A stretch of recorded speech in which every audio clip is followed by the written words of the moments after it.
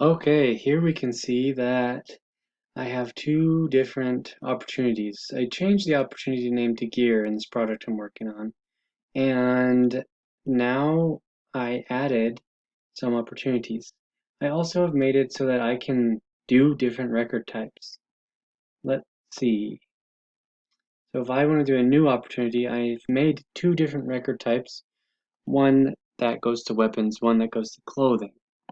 And so I can pick one and then it will have different things with it.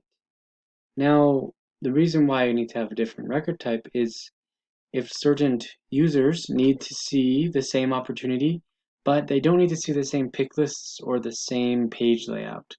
Maybe they want it slightly different because they have other things that they need to see more than a different user.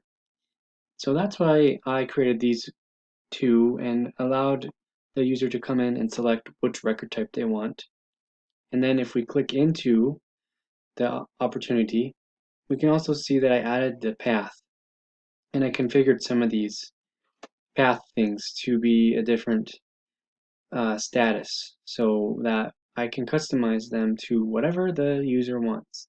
Then each user can see what they want to see on the path and where they're at with their different opportunities.